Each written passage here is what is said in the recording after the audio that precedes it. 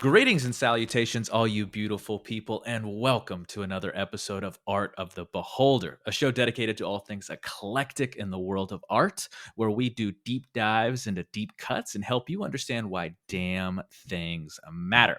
I'm your host, Novo, and today we're going to be talking about art in painting, actually, examining Michelangelo's work in the Sistine Chapel. And when we talk about the Sistine Chapel and Michelangelo, we're specifically talking about what he did in the ceiling and what he did behind the altar known as the Last Judgment. Today, I'm again joined by one of our executive contributors, the man himself. He needs the official, long-winded, beautiful name that he has, and that is Saint Leopold Augustus Theodore Buck. Welcome, Mr. Buck. Thank you. I am the Sibyl of the Rockies. Yes. I made it a point to say your full official sainthooded name because this Sistine Chapel is an actual chapel. If you don't know what the Sistine Chapel is, of course, before we can talk about anything, we're going to need a little background. The Sistine Chapel is a literal chapel in the Apostolic Palace of Vatican City. So this is the official residence of the Pope. Now, this show, if you've listened to us before, is not a religious show ever. It's not a political show. It's not a religious show. What are we, T-Buck? We're just here to have fun and party. We're a goddamn art show, too. We're an art show. That's what I meant. Now, on at the ceiling is Michelangelo's specific work. And if you didn't know this, so when I was a kid and I learned about this like in art history class and things like that, I actually thought it was all done by Michelangelo. That is incorrect. It's only the ceiling and what he did behind the altar, known as the Last Judgment, whereas the walls were done by a lot of other contemporaries during this time. And that includes such artists as Sandro Botticelli, I'm probably going to butcher some names, so bear with me, Domenico Ghirlandaio, and Pietro Perugino. Now, they did a lot of the walls, and they also was some tapestries by Raphael. Yeah, and it was a very, the architecture of the chapel is very interesting. It's actually built very similar to a lot of the medieval structures or chapels that were actually also used as fortifications. So it very much does look like that. Yeah. And now we're going to be focusing on Michelangelo's pieces specifically because, my God, just doing the research for the show and really examining his particular contributions to the chapel. Yeah. It's, again, like we've said before, and like what we like to focus on and research and talk to you guys about is it's one of the greatest pieces of all time. Can I also mention one thing about Michelangelo? Please. Before we start? Yeah. My favorite Ninja Turtle. When I was talking to my wife earlier about talking about this particular show, I said that. I was like, all the Renaissance artists of this time always makes me think of the Ninja Turtles just by name. Yeah. Because, Splinter, he named him after all of his favorite Renaissance artists. Yeah, of his time. And he was cultured and knew karate. He's cultured and and he could kick so much ass. He could kick your ass. So much. Watch out, Shredder. What's amazing about this piece is that I hate to get a little philosophical, maybe a little deep, but yeah, there's something about the piece that made me realize that we can do anything. If you ever get the pleasure, and I've gotten the pleasure of seeing this in person in Vatican City, in the chapel, hard flex, is you're going to be hit with a moment of silence. It's a moment of awe because, again, it reminds you that the human condition knows no bounds. It makes you remember and makes you realize that we can do fucking anything. So let's talk about this guy. That was my really deep-hearted thesis. Now, to really understand the ceiling, you have to understand this, and that is frescoes. So this is a very unique style of painting. The fresco is essentially a mural style of painting that's executed by applying freshly laid lime plaster onto a wall. Now, after this, water is then used as the vehicle for the dry powder pigment to merge with the plaster and become part of the wall itself. So this is unique because T-Buck, you can probably talk more to this. It does not leave a lot of room for error. No. You have your fighting chance within the time that it can actually be painted on, and then when it's finished, you either have to destroy it or you can't just repaint over it, right? Yeah, you can't. And what's funny too is that actually before he came in and painted the ceiling, it was actually already painted before. It was I Right. think it was blue stars, or it's a blue sky with stars or something like that. But yeah, this technique is very difficult, but you almost got the right guy to do it though. Yeah. Because as we all know, Michelangelo was he wasn't if you looked at him today and you told him, "Oh, you were a great painter," he'd probably punch you in the face. Because he did not want to be known as a painter. He He was wanted to be first and known as a foremost sculptor. he was a Yeah. sculptor, and he came Kind of didn't from want to do it, right? He didn't even want yeah, to do this. he didn't yeah, so his okay, so a little bit of background. He did not want to do this chapel thing. What he was really looking for, he wanted to sculpt this tomb for the Pope at the time. And he actually was commissioned originally and started the work, and then a lot of they diverted a lot of the funding from doing this tomb over to basically restoring the basilica, St. Peter's Basilica, and it totally pissed off Michelangelo. He actually, I believe he left Rome. He was so upset about it and went back. Fuck And you it wasn't guys. until I'm the out. Pope actually was like, "Hey, come on, You got to do this. come on, you got to do this." He kind for of us." twisted his arm, right? I think Yeah, historically yeah. kind of made him do it. Oh yeah, Because they have a lot of power. They can do things yeah. like that. And they still commissioned him. They still paid him, but that was Oh even yeah, a yeah. part of his reluctance because of problems with payment and things of that nature. And it was so he didn't want to do it. He was reluctant, but it's funny because when I was actually studying this particular part of his life, of his history, even though he had reservations, he still wanted to make it a little more complicated than its original vision. So there's such a dichotomy in him on one hand being reluctant, but then when he actually is thinking about doing it, he's like, "Oh, we should do it this way," and it's like incredibly complicated and intricate, and he's an infamously meticulous painter. Yeah, and he definitely had this ego too about him, like especially with his sculpting. When he did David, when he was David, commissioned yeah. to do that, they wanted to do this. Other sculptors, they actually tried to commission for this, and they were basically like, "This is too much." He basically came in and was like, "Yeah, I'm gonna make like the greatest sculpture ever." And he did. That's a Yeah. T-Buck original Michelangelo impression. Yeah, he was like, This could be "I'm like the coming in best- here and I'm going to make a." Now I'm making him like a New York Italian. Maybe I shouldn't do that, but yeah, I mean, I'm going to get the gabagool and then I'm going to go in there and make the greatest. You nailed it, man. No. You nailed it. So he did. Let's pull it back. So Michelangelo did this ceiling. So let's give you guys, the good people out there, the lovers, some dates. All right, let's frame this guy. So this is circa the ceiling was about 1508, 1512, so 16th century, and then he took a little break before he did the Last Judgment in 1535 and 1541. Between 1535, That's a pretty decent gap. Yeah. Yeah. So, of course, we're going to talk about the ceiling first. Now, the ceiling is it's a series of scenes that are specifically from the Book of Genesis. Okay, so which is a little odd for a Catholic church. Well, no, I'm you serious. think so? Like, Okay. well, yeah, because I mean, there's really no New Testament references. I mean, it's all Old Testament. It's all from Book of Genesis. And we can get on to some of the pagan stuff too. That's yeah. Well, and this is the beauty, I think, of talking about Michelangelo, the person. A little bit of our biographical sections is and especially with his reluctance, is he put a lot of humor. He mixed in a lot of different actual religious imagery, if you will, and not only from the Christian / Catholic faith. And this pissed off a lot of people as well. And we'll get to that a little later.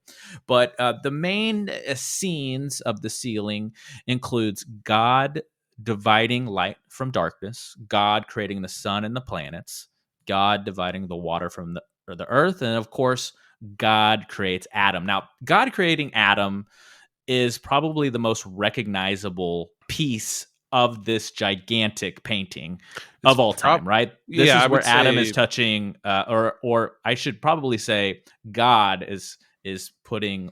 It's usually analyzed as putting life into man, into Adam, and he's touching him with his finger. exactly. Yeah, and I would say probably right after the Mona Lisa, it's the second most recognizable piece of art in the world.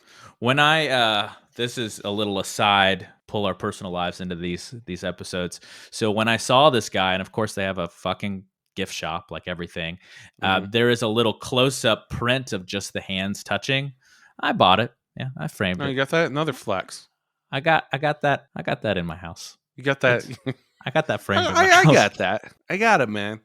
So from there, of course, after the story of Adam, Eve is created from his rib, and then there's the Adam and Eve story and how they're tempted and sent from Eden, and then this moves on to Noah and his family making a sacrifice after the flood, the great flood itself, and of course Noah being a drunk ass and disgraced. Those are the big ones. And then, of course, there's a lot of imagery around them, families, the Sibyls.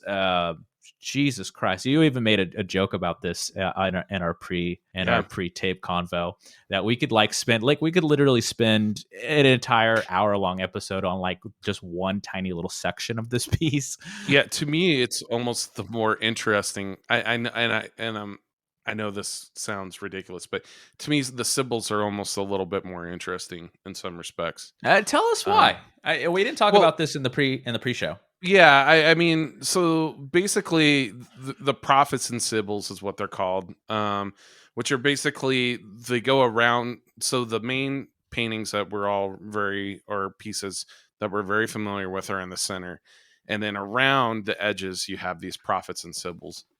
Basically, Sibyls were something that were used in the pagan church prior to Christianity, and they were basically prophets. They're Mm. prophesizing, and what his intention was, long story short here, was the Sibyls were basically included to symbolize that they were prophesizing the coming of the Messiah, which would be Christ, Hmm. in this case, which, like I said earlier, this is mainly Old Testament stuff that we're seeing in here, but that's how you kind of push that little, more of the Christian belief in there that, they were prophesizing. But it's real interesting that he put these pagan Sibyls in here, which, I mean, you're talking about the region in Rome itself where a majority of the Catholic Church structure is based off of the Roman pagan church originally. So it's kind of a kickback to that a little bit, but it's pretty fascinating.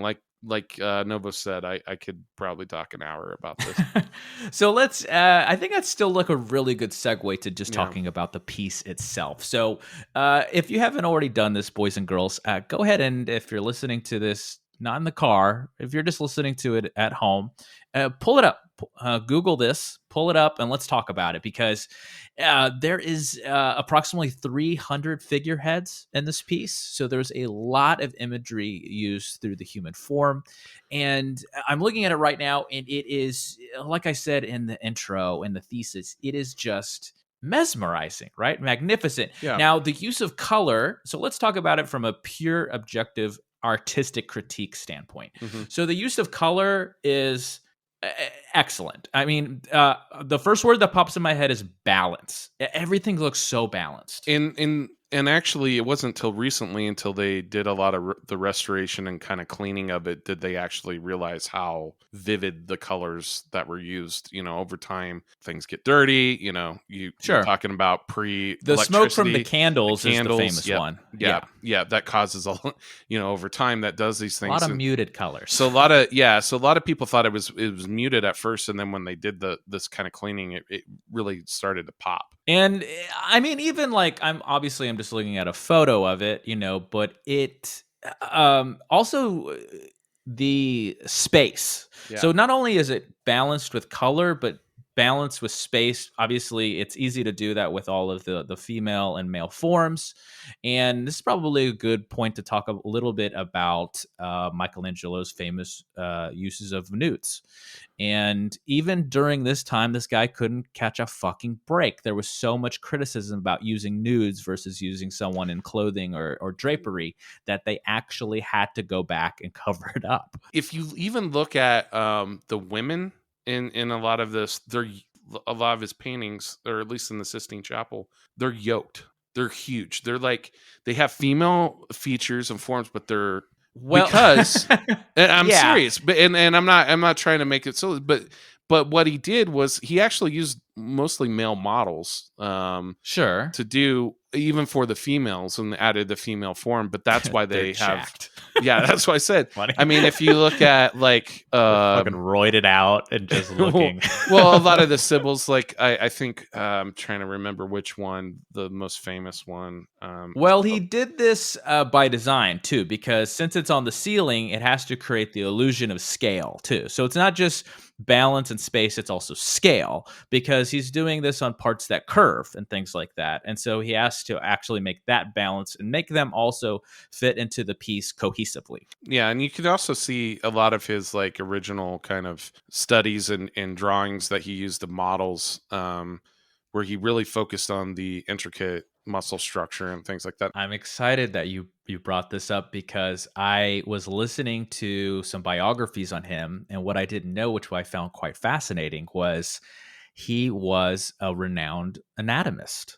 He knew I mean, it's clear that he often used muscular body types to portray these. Obviously, this is an easy choice, Yeah. in biblical imagery, to use someone as perfect as God or Jesus or Adam and Eve, the first of its kind, as these perfect, very muscular beings. But he also he studied anatomy through cadavers and all, and there is hints, and of course everyone is looking for more than what meets the eye, and there is theories that he would hide little pieces of anatomy throughout the pieces, throughout the entire collection of the ceiling works itself. And a perfect example of this is, if you have anybody has this pulled up right now, if you look at the creation of Adam piece, the most famous one we were talking about, if you look at his rendition of God, around it is like, angels, I think angels and other entities, and then a drapery, and it's supposed to recreate the human brain. It's supposed to look like that. And when you actually Yeah, turn your head yeah. and look at it a certain way, you can really see it. Once you like have that in your head, you can't. That's what you see the whole time. Now, Right. like, no, and he had a very interesting kind of upbringing. He was very interested in anatomy, just like another Renaissance artist as well, Leonardo da Vinci, who Da Vinci, yes. did a lot of studying on that. But yeah, I had heard that he basically studied the anatomy of people, corpses at the church while they were getting prepared to be buried, so much until he got sick. Like it caused him to start getting sick, and that's why he stopped that. But I think that's where, like all of his work of arts, like David, this obviously, that really helped kind of inform him of how the body works and how movements are, and that really informed him on how to basically not only sculpt with stone but also sculpt with paint. Yes, exactly. Now let's talk about. So we've talked about color. We've talked about balance. Can we talk about like the framing of everything, because it almost seems like We can move into that. it's image Like there's no wasted space. there's no right? wasted space, but but the framing, it almost looks like it's part of the structure of the Yeah, chapel no, itself. and he would actually paint. What I learned is there was what is called illusionary architecture. So he Yes, would paint yeah. pieces. He would paint architectural elements of the chapel into the piece itself Mhm. to make it part of the work, which I found very fascinating. Because it gives that illusion that it's part of he's actually painting around features of the building, but they're just, his paintings. Yeah, exactly. And there's let's talk about, we talk about movement a lot when we talk about painting and cinema and different things like that, different artistic forms, if you will. And it's designed, I've read that and it really shines after I read it. It's designed to kind of, you're supposed to kind of read it, the scenes, and you can really read it front to back or back to front. Yeah. Or even, it doesn't matter which, it's designed to be where it doesn't matter where you start, your eye will follow it in any direction you start from. And you can kind of, even if you start with Noah and go towards, the creation of the universe, and in a way, it's still the same story. There's a cyclicalness to it. Yeah, and you see this a lot in medieval Renaissance chapels and cathedrals, and then later on you see this in a lot of stained glass work where it is telling a story of some point. And I know from example from the cathedral where I grew up in, basically the stained glass told the story of the resurrection of Christ. And so a lot of this kind of traditions, especially in altar paintings and stuff like that, they tell some sort of story. One of my most interesting ones that I've seen, I'll do a little flex because you went out to like It's your turn. I I had two flexes. you've been to like all the like where I've everybody been goes. very Kind of blessed. thing. Yes, I've been very blessed, and I come from a long line of people that love to travel. And as from a little kid, I was taken to all these amazing places. That's why. So no, but what I was going to say, another really cool Renaissance era work. If you're ever in the city of Tallinn, it's one of the most medieval, well preserved medieval. You've traveled cities. more than me, though. When I think about it, I realized I was like, as we always joke here at NDP, I know T-Buck is the international man of mystery. He's been all over the goddamn world. But most of the time, he just hasn't been to Italy. I have not been to Italy, but he needs to go. It's mostly for business, that's why I'm traveling. But anyway, the Cathedral of St. Nicholas there they all say. Has the Dance Macabre or Dance Macabre. I can't remember. Dance Macabre, I think it is Dance Macabre. Not just the song. I think the song is based off of some of the imagery on there or the musical piece. But yeah, it's very interesting. Behind the altar piece that you can go check out on Tallinn. I want to start drifting over to the Last Judgment, because now I'm looking at a picture of the ceiling and the Last Judgment. But I want to give you the last word if there's anything else you want to touch on just the ceiling scenes themselves. I'm pulling it up here. Bueller. Let's not have any dead air. So I'm gonna talk about this before T-Buck gets the last word, and that is when you start to look at the piece. So boys and girls, go ahead and pull up now a picture of the ceiling and also the Last Judgment, because what you're going to notice right away is that balance of color shifts, right? Mm-hmm. Now we are slapped in the goddamn face with a lot of blue and a lot of peachy flesh color. It's a little monochromatic compared to the balanced color usage of the ceiling. And I think Michelangelo was clearly a genius for his times, and this was not by accident. This was by design. I think to allow both of them to really stand out, next to each other. But also, when we talk about the Last Judgment itself, it creates a lot more movement when you're kind of isolating the subjects like that, and for really good reason, because we need to talk about this isn't a religious show, but we have to give context of what the Last Judgment actually is. But T-Buck, do you have enough time to get that last thought together? Yeah, you're talking about what the Last Judgment, what it means, what's the difference? Oh, no, I was saying if you had anything else to say about the ceiling before we moved on to the Last Judgment. Yes. Do we have another hour? Is this about the Sibyls again? It's about the Sibyl. No. Jesus Christ. No. No, I think it's a good point to move on to that. But I will say, there's definitely a shift in tone and color when you're going from the ceiling to the Last Judgment, and also almost the organization. There's basically three or four main areas that your eyes are drawn to. But it's a totally seeing two different movies or two different paintings at this point.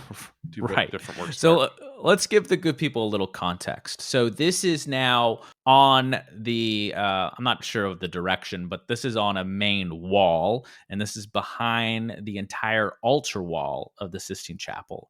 Now, its depiction, and this is important too in talking about it from an artistic standpoint, is this is the depiction of the second coming of Christ and the final and eternal judgment by God and of all humanity.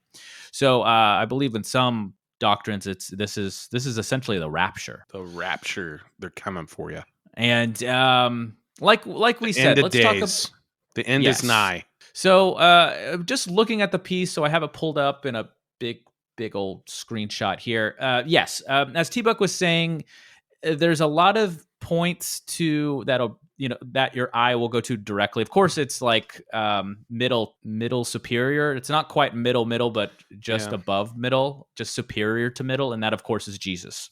And I believe it's Mary Magdalene next to him. And Jesus, I think what's fascinating right away is Jesus does not have the classical beard and the classical imagery from a lot of religious imagery. He is beardless. Looks like he's benching about 350. Yeah, he's that was perfect. The guy is ripped. I always reminds me of a joke. So this isn't mine. This is some stand-up. Please tweet at us, whoever it is. He's like, when people talk about how ripped they want to be, they always say, "I want to be ripped like Jesus." How ripped do you want to be? I want to be ripped like Jesus. So that's how ripped I want to be. No pain, no gain. So of course, he is.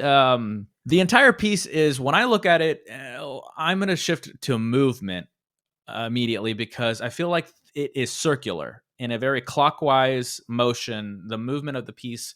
And that is by design from what I've researched too, because on the left, the bottom left is angels pulling people from their graves for the rapture to ascend to heaven. And then on the right, it's people are being pulled down to hell. The damned.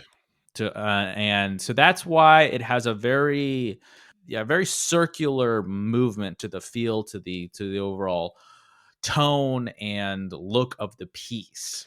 Now, again, we're like I said, we see a lot of blue. We see a lot of peachy flesh, and there's a lot of figureheads. I don't know how many are in this one. I know the ceiling's approximately 300, but we're seeing a lot of nudes again. And of course, it was commissioned by another artist to drape a lot of them with these. Where do these drapes come from? I think it's funny to look at because some of them come out of fucking nowhere.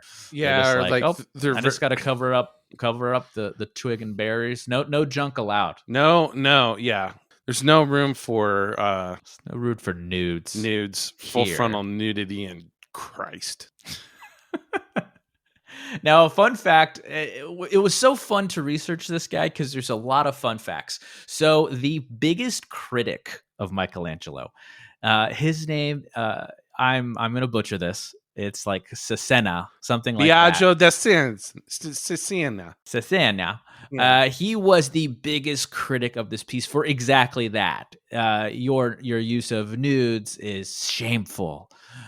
Fuck you, Michelangelo. So what he did was, if you look up the bottom right in the area of the damned in hell, you'll see a very specific looking demon with donkey ears. And that is supposed to be the demon Minos. Yeah. And he actually painted Cesena's face onto it. What a fuck you. Yeah, that's perfect. It's a perfect, yeah. You can also find Michelangelo himself, as they say, as the theory goes. I cannot completely claim or deny this, but so center right, you're going to see one of, I believe, the apostles. I forget which one, and he's holding a kind of, it looks like just a bag of his own skin or someone's skin, and that face is Michelangelo. Oh, if you didn't know that, that's something I didn't know. Saint Bartholomew. Is that who it is? Yeah, it's Saint Bartholomew displaying his own skin with the face of Michelangelo. Yeah, it's cool. Yeah. So let's talk about, okay. So all of these little thing again points to Michelangelo's a little bit use of humor in that he wasn't just commissioned to do exactly what they wanted. Remember, this guy is he was reluctant just to pull it all around round circle, and he never really considered himself a true painter. I don't think we talked about that yet. Yeah. He always considered himself a sculptor. Yeah. He wasn't really crazy about painting. I mean, that's an Yeah. exaggeration. He clearly did to some extent, and he was amazing at it. But and this is where, just like again, going around round circle to how he depicted Jesus, there was a lot of things that he mixed. It was a mixed bag of imagery, of religious doctrine imagery, and not just the true, gold standard of that time. And that's besides the nudes. I think that's why he grew a lot of criticism. And it's anytime you do anything with any of these subjects, I'd say today at least a little bit more tolerance, but it hits people's emotions and their heartstrings, and they get a little upset. They get a little upset. Yeah, They get a little upset. if you haven't been kind of watching the news lately, people get a little upset about religious stuff. So yeah, it's a heated thing, and politics. And politics. That's why I don't like to, that's why I don't like to talk about it too much on the show.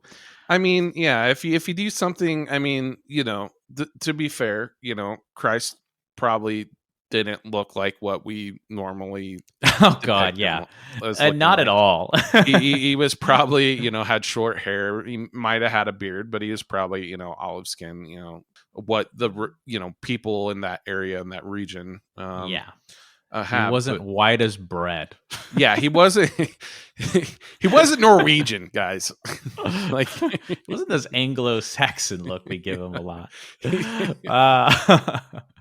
But regardless, again, just looking at purely from an artistic standpoint, it's magnificent. I mean, I wish I could talk to him. I wish we could go back in time and be like, why all the blue? Why? I feel like he could have chosen anything, and that is often debated as to why he chose that versus a lot of other things, and how he balanced so much of the color in just the ceiling pieces. I always want to talk to these artists too, because I think, especially with works like this, they are so studied and like just combed over with looking at what symbolism or what the intent was with some of these. I wonder sometimes too, if you like actually sat down with a guy and he was like, why did I use so much blue? Well, I had a lot of blue paint, something like that. We want to find deep fucking secrets in these things, when it's just like no, I wanted it to be blue. There's no explanation. It's like I remember like this when I was a kid, really thinking about this. There was a MTV reporter that was interviewing Soundgarden, and he was asking Chris Cornell, basically, he's like, man, Black Hole Sun, that the lyrics of that song really spoke to me. Soundgarden song. What does it mean? And Chris Cornell was like, I don't know, I just kind of put some things together. Some shit together. Yeah. It actually, going back to that actually reminds me, going back to the whole anatomy discussion and how people are trying to find things like if you look hard enough, you can find anything, right? That's the human condition. We're always gonna, if we truly want to find something that's in our head that we think is there, we're probably gonna find it. And a lot of these anatomists or neurological anatomists, things like that were looking for that kind of imagery in the ceiling pieces. There's a famous part of where someone is looking up, and it's supposed to, I think, depict how Michelangelo actually painted the ceiling, which is a lot. There's a misconception that he was on his back on scaffolding. It's actually been confirmed that he was standing and just looking up. I remember in school, our teachers would tell us he had to lay on his back. I remember there being like this lore and mythos to how he did this too, and how the scaffolding worked. He laid on his back for 15 hours a day. But that's all I remember. That he was just standing and looking up, and then there's this piece that looks like that in the ceiling, or it could be in the Last Judgment. I actually don't remember. I just remember these biographers and these neurological anatomists talking about it, because the neck is designed in a very strange way, and they thought that was not more hidden anatomy imagery, specifically how I think it was supposed to be the spinal cord or some stupid shit like that. And I remember someone like criticizing that, and they said it like this. They're like, well, sometimes a neck is just a neck. Yeah. So. And let's not like there probably is some of that. There There are probably is a hidden lot of shit. that in there. Yeah. But I always like Well, it's I more always fun, right? It's yeah. it's the Da Vinci Code. It's all that shit. Yeah, That's just the human condition. We have to find stories where there is no stories sometimes to make it more fascinating to our minds. Was he one of the Knights Templars? Is he giving us more information about the Illuminati? I had this. I'm again name. People will remain nameless, but we had. I had roommates that had a very unique friend that was obsessed with the Da Vinci Code, and he actually gave me the book. I don't know if you remember this story, and he essentially made me read it. And if you're listening to this, I never read it. I never actually. It literally stayed on my end table for years until I gave it back to you. So I think I'm the only person on the planet that's never read the Da Vinci Code because I just don't give a shit. I just don't care. I just the only reason I did is because like I just remember I was in middle school or high school and just seeing there were books written about the book, like decoding the Da Vinci Code. And stuff like that. And I'm like, what? Okay. What the hell? What is this? I don't know. It's got a little overrated.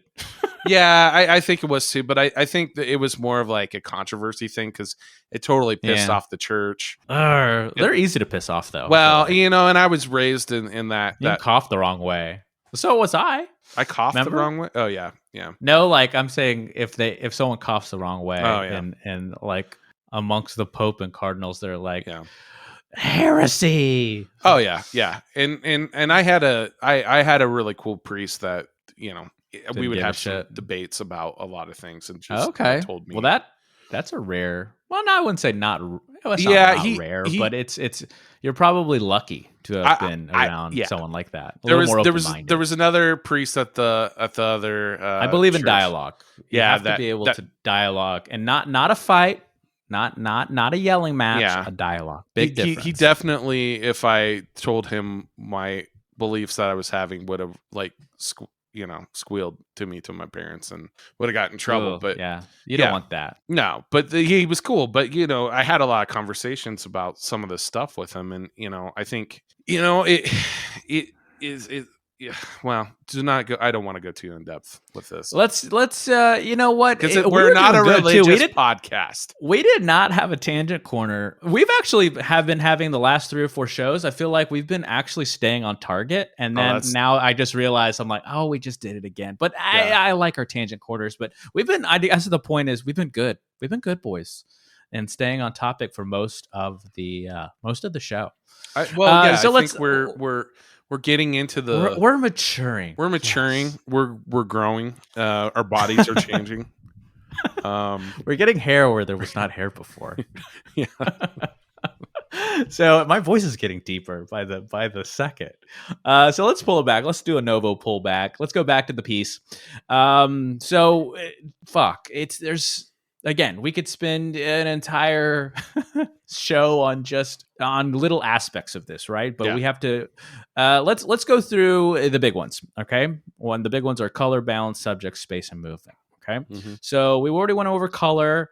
The balancing is a little asymmetrical to me. I don't think it's as balanced as the ceiling because there's a big band over pretty much of people over Jesus, and then it's a little more sporadic. But I think that actually helps with the movement. I think that makes that circular movement a little more. Well, I can actually see parts that are cut out to create the circle effect. Now that I'm really analyzing it, and then the subjects. There's just there's everybody and your fucking mom in this piece. So it's got a lot going on. it's everyone and your mom and your dad and your uncle. Well, I mean, your nephew Rocky, little nephew Rocky, little Rocky, little pulling shit out of my ass. No, but I mean, it really this is one. The ceiling. I think you could stare at it and get a crick in your neck. And people can't see me doing this, but I'm looking up. But you do that, and you can kind of get everything by looking at it. I would say in a shorter time period, whereas you would be staring at this and kind of taking it in for a while. I would argue the other one would be that way. If you didn't have to deal with the crick in your neck. That's a technical term. Crick. Yeah, crick. Well, let's talk about space and scale. Now, this piece, because it's a little more monochromatic, it's a little flat to me. Not in a bad way. I'm just saying, relatively speaking, compared to the ceiling. Do you think it was a little bit more rushed? Or he didn't maybe care as much? I would, if I were to really think about it, I would say the second one. Yeah. Because, again, this wasn't a show about Michelangelo. I didn't want to spend too much time on his biography. And of course, we have to talk about him a little bit. Well, you have to, though. I think there was a lot from as much as I read about him, there was a lot of turmoil. There were all of these years of being commissioned for this and that and yada, yada. He was hating himself. He was hating his work. He was hating his fame. I mean, there was just a lot of drama in his life. Well, every genius, there's definitely madness. Got to put it in the art. And and I think that's why he's such an interesting figure, is because of that. And because that's, all great figures in history, they don't really have boring lives. I mean, they have a lot of one of the most vanilla people in history. If you think about it, that was kind of, really, it was kind of boring in some respects. And don't kill me for saying this, but just George Washington. Besides, doing, a lot of the stuff that but I mean, yes, he was the father of the country, but at the same time, comparative to a lot of historical figures, I mean, it's pretty, and that's probably debatable. You're the resident historian in the family. I can't hold a candle to what in that regard. Oh, I think, okay, let me say this. I've been thinking about this a lot. I think there's also something a little more sexy about the myth of the tortured artist soul, too. Because I imagine and I think we could, if I really thought about it, we could name some people here. I don't have anybody off the top of my head, but I think there's a lot of people that find success in art and other things, and they have very normal. Oh yeah. Boring lives. Not boring, but just regular, but there's something so sexy about wanting to learn about the tortured soul. Well, and everybody loves a success story. Yeah, but all that, also the myth of the lone, ranger genius. I always think of loner. Steve Jobs. He was really in the fucking, iPhone plants, soldering, making phones. No, he was. He was the director of it all. Spoken to people that have worked with him in the past, and I'm not going to reveal any names on here, but they said it was horrible working for him. Well, I guess my point is that it's just sexier and it's more appealing, to create this. You gotta have the mythos about the people, because when I'm using the example of Steve Jobs, he had movies about him and his legacy, he was this lone genius, and don't get me wrong, arguably he is in a lot of ways, but he had a lot of team and a lot of things around him, and probably so did Michelangelo, I guess is my point. I mean, well, and that's the truth behind everything. I mean, Steve Jobs, where his genius was really in marketing and not really taking no for an answer and kind of going above and beyond things. The fact that he took in college, the little college that he actually went to, the fact that he took a calligraphy class is why basically we have different fonts in our word processor. That's not saying that we want to have that eventually, but he was the one that was really focusing on typesets and things like that. I mean, little things like that where, people didn't really think, because it was outside the box, because the true genius behind, developing the first Apple computer was Steve Wozniak, the co-founder of Apple. So we need to pull it back, because did we go on a tangent here? We went on the king of tangents. I think on that one. That was a good tangent. The point was, there's just an appeal. I mean, well, in Michelangelo's case, God, now I have to backtrack a little bit. He did do a lot of this alone. He did do a lot of this by himself. But I'm just saying, there's an allure to the mythos of really punctuating that, he was a tortured soul, or something like that. So let's bring it on home. Before we get into the gems, I want to talk about why we chose this, and I think about these, as we get into these conclusions as two just really big pieces, even though you could look at them as a lot of little pieces, a lot of little paintings or frescoes. But to me, they're just two gigantic paintings. Yeah. And I thought of other goats, and that's greatest of all time. If you didn't know the lingo, the MJ. vernacular I'm using, yeah. Number 23. A lot of other Renaissance painters, and we'll probably do shows on them. I just didn't. For some reason, I was feeling like this had to be talked about. The universe was telling me again. And we have Da Vinci's The Mona Lisa and The Last Supper, Botticelli's The Birth of Venus, and Raphael's The School of Athens. But T-Buck, take us home. I mean, there's something about this one that just, I don't know. This is why there's a reason this is celebrated and not like amazing scientists and stuff. Like there's something that creates a magic in it. And we've talked about this in other shows.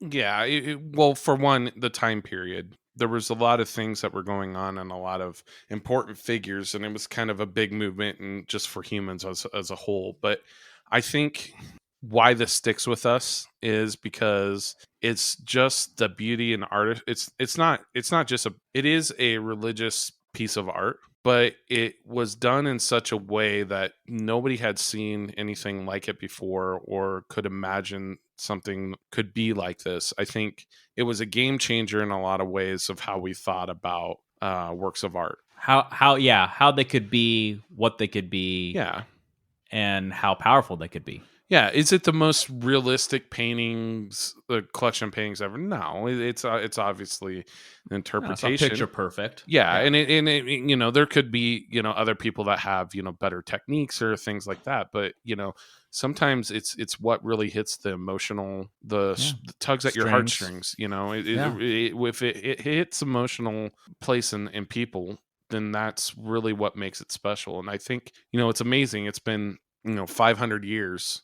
And we're still talking about something like this. Exactly. And that's what really tells you, if you don't necessarily believe in an afterlife or anything, or you believe in one, I mean, what's written down on paper and what people talk about is really how people live. And this is on a lot. And this is definitely something that they'll still be talking about, I think, 500 years from now as well. Thank you guys so much for listening. I couldn't have said it better myself. But, before we go, we have a little icing on the cake, a little cherry on top, and that's what we call the Gem of the Week. Now, the Gem of the Week, if you don't know, is something we would like to talk about in the episode, but we just don't feel like it really fits into the scheme of the main body or meat of the piece, but we want to talk about it nonetheless. My gem, I'm going to go first because T-Buck usually has much more thoughtful gems than I do. And my gem is kind of a mixed bag. I thought of painting specific episode, and I know we'll do this one day, and I feel like that is Da Vinci's Mona Lisa. I feel like that is such a famous piece, and honestly, I think it's famous because it's famous. One of those, like there's really no explanation, but then there is when you get really deep into it. The other one is just do yourself an artistic favor and go to these things. If you can afford it, if you have time, if you're young, if you're old, it doesn't matter. Go to these things. Make a almost like a Mecca, pilgrimage, if you will, to these kind of showings and museums and pieces. It's really amazing, and it'll change your life forever. And then the one that's not connected that I feel like I just wanted to talk about today is I've been catching up with Love, Death, and Robots on Netflix. Talk about my fucking cup of tea. I love this art.